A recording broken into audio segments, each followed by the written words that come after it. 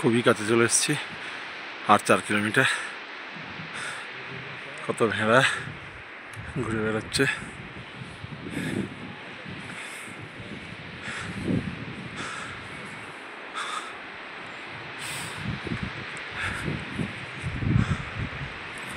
मवेशियाँ चल रही है बहुत सारे।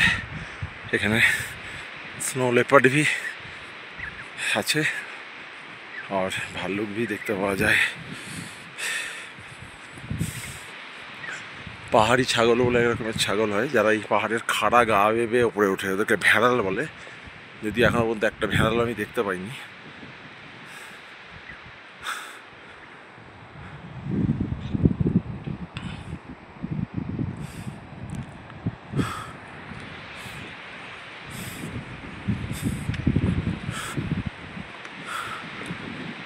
রাস্তা ধসে চলে গেছে।